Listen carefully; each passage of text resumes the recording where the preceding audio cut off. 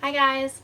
Today I'm doing my June wrap-up. This was actually a pretty successful reading month for me, which is funny because when I started it off I was feeling very stressed about the amount of books that I had on my TBR, and we had a lot going on this month. We had my sister's graduation from high school, and then we had a lot of family here for the joint graduation party between my sister and I, and just a lot of things going on. Things at work got a little bit busier, so I picked up some extra hours there, and just with all of that I didn't think I was going to get a lot of reading done, but it turns out that I did, especially after I changed my TBR around a little bit and knocked some books off that I just wasn't really feeling anymore, and that kind of brought my stress level down quite a bit. This month I read 11 books, and it was kind of the month of novellas for me because I read quite a few of those along with new adult. I did read quite a few of those as well. Another thing you'll notice about this wrap-up is that I rated pretty much all of these books pretty high. I'm kind of easy to please in general because sometimes like cheesiness and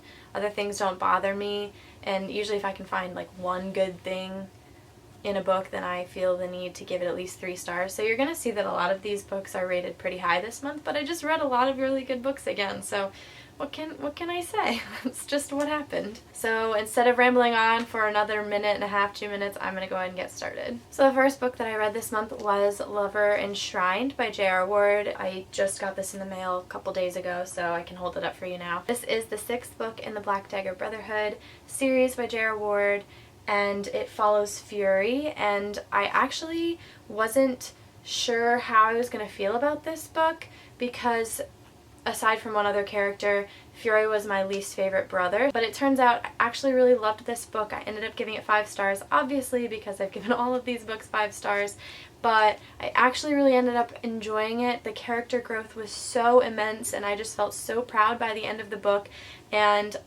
this actually ended up being one of my favorites. It still doesn't top Lover Awakened, which is Zeta's story, but it is tied with Lover Unbound for my second favorite of the series. I really, really loved this one, and I'm so glad that I picked it up this month because it was a super fast read and just really enjoyable, and it made me feel good after I finished it. After Lover Enshrined, I picked up the novella that is in the Insider's Guide called Father Mine. It is about Zetas, and this book does go directly after the 6th book. This is labeled book 6.5 on Goodreads as far as the order you're supposed to read them in. It's a novella with a little bit from Zeta's perspective again, which was really nice. I rated this 5 stars because I love Zeta, and it was really nice to see a little bit of a story from him and see more of him and his life and stuff, so I really loved that. I don't like to rate novellas so high because they're such short stories, but I feel like there was enough in this book that I felt like I was allowed to give it 5 stars. So I consider this and the third one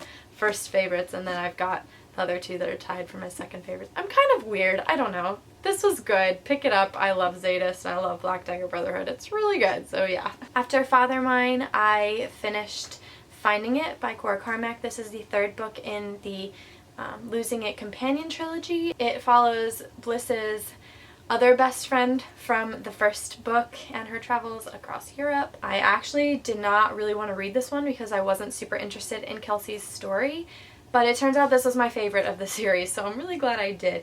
The thing that I really liked about this book was that it had less fluff in it than the 1st book. I don't like to use the word fluff because I feel like that's a very negative connotation. The 2nd book was a little darker also, but this one just was a little bit deeper and a little bit darker. It made it more real than the 1st one, and I just really, really, really enjoyed this, and the character growth in this book as well was just really immense, and this was just my favorite. I loved the romance. I loved the male lead in this book. He was really wonderful, and I just thought that this was a really great read, and I would definitely recommend all of Cora Carmack's books to everyone, as I've said in probably every single video that I've made thus far.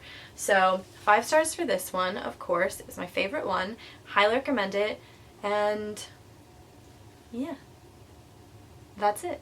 After Finding It, I picked up Fallen Too Far by Abby Glines. This is the 1st book in the Fallen sub-series of the larger series Rosemary Beach. My feelings about this are a little complicated because my library has the original publications of this series, which were self-published, so the editing in them is garbage. I know that they were republished a year or so later, and the cover page is slightly different. The font is a little different, so that's how you can tell. It's a different publisher, different editor, different everything. So I know that the editing is better in the new versions, but I unfortunately had to read the terribly edited one, which was fine because I got through it anyway and I still loved it. But just a warning, if you get this book and it has the print font, it's more cursive on the new editions of it, but this printed font is the poorly edited ones, unfortunately. But that's okay because the book is still really good. I gave this book 4.5 stars, and it is about a girl who is 19 years old and her mother has just passed away, and she goes to live with her father who has left her. She gets to the house and she runs into his stepson, which is the son of his new wife, and things just kind of ensue from there. There's a reason I didn't give it 5 complete stars, and I just can't put my finger on what it is. There's just something a little too much about it, a little too cheesy about it, which is why I didn't give it the full 5 stars. As I said, cheesiness doesn't bother me, but sometimes as I was reading it, I was just like, what? Nobody talks that way. It wasn't enough for me to, knock it down a complete star because I still really loved it. It was addicting. There was just, that one little bit of it that just made me say, not as good as the Cora Carmack ones. But still 4.5 stars, still loved it. I know that quite a few people think that these are garbage, but I really enjoyed it, and I would definitely recommend it as a new adult for you to pick up if you're looking for some more new adult to read as well. After Fallen Too Far, I picked up Keeping Her by Cora Carmack, which is one of the Losing It novellas. This is the one that's supposed to go directly after the first book. So it follows the main characters from the first book, does take place after the happenings of the first book, and really, even though this is numbered 1.5 on Goodreads, it kind of spoils you a little bit for the second book. There's like a little line in it that if you are paying attention, then you'll be like, wait, what? And then if you read the second book, then you'll know how it ends, even if you don't already know how it ends. But this one was really good. I gave it 4 stars, I believe, because like I said earlier, I feel weird giving 5 stars to novellas because they're so short, and I feel like it's hard to get a fully developed story out of that. I definitely recommend that you pick up the novellas after you finish the books. They give you a cute little extra story to the characters' lives, and I enjoyed it. I thought it was sweet. After Keeping Her, I read Rapture by Lauren Kate. This I actually started first this month, and it took me 5 books before I could finish this. This kind of made me start slumping a little bit. It is the 4th book in the Fallen series, and it's the final book in the Fallen series. The series wasn't my favorite. I didn't think it was terrible, but it wasn't my favorite. I had my problems with it. I just kind of felt it was average, but I wanted to finish it. I wanted to see how it ended. I will have a series review and a spoiler discussion of this book on my channel at some point. I filmed it already, but it was just kind of all over the place, so I may film it again. We'll see. I believe I rated this 3 stars on Goodreads because I did think the last bit was pretty intriguing.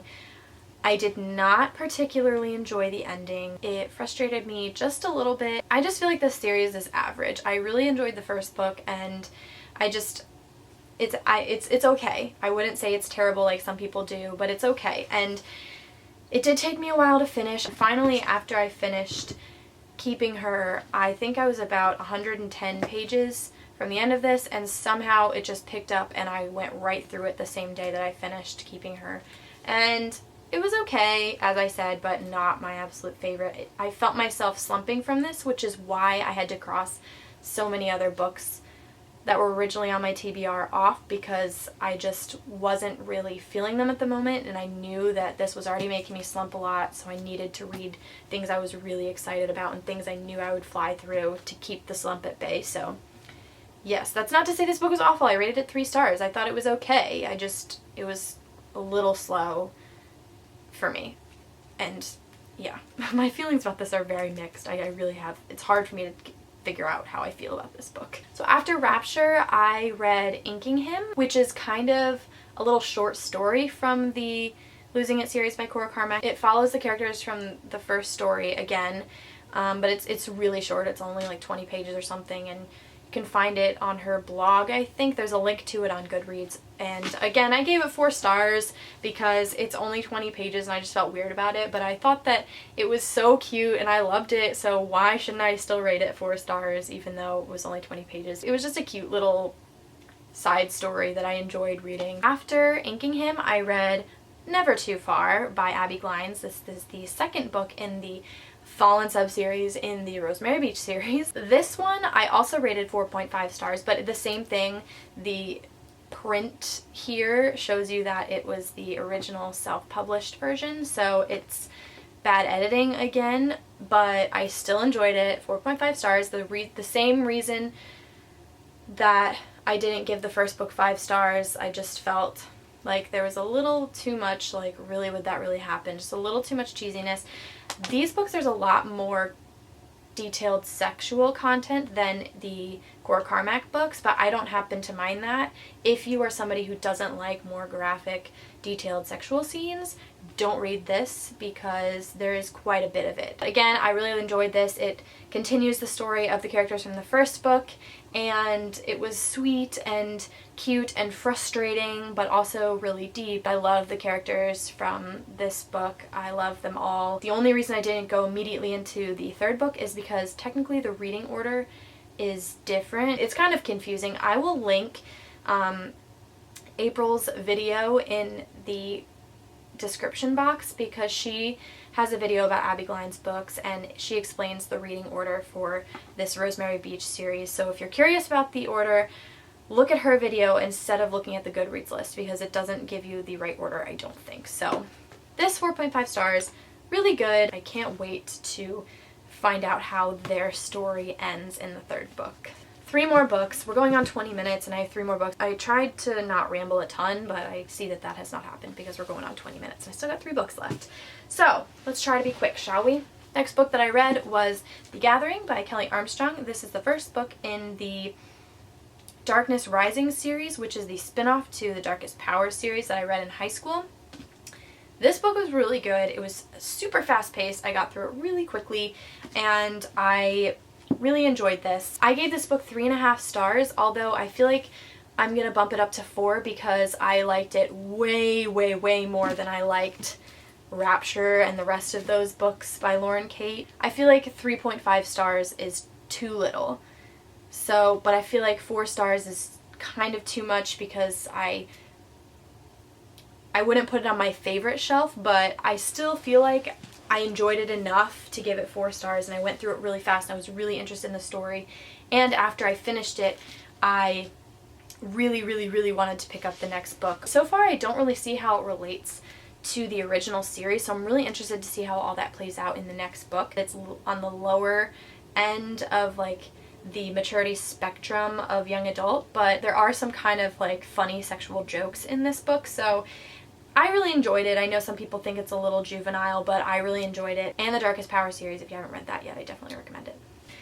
Oh, the next book that I read, guys, was The Assassin's Blade by Sarah J. Maas. This was a mistake. It was an actual mistake. I have read Throne of Glass. I have not read Crown of Midnight yet because I was recommended to read this book first before Crown of Midnight so that you kind of had more of a background of where Selena came from and stuff. And I'm reading it and I was never really interested in this because I was like, I don't really care about her background. I don't really care about what happened before she met Cale and Dorian. I really don't care. I was wrong.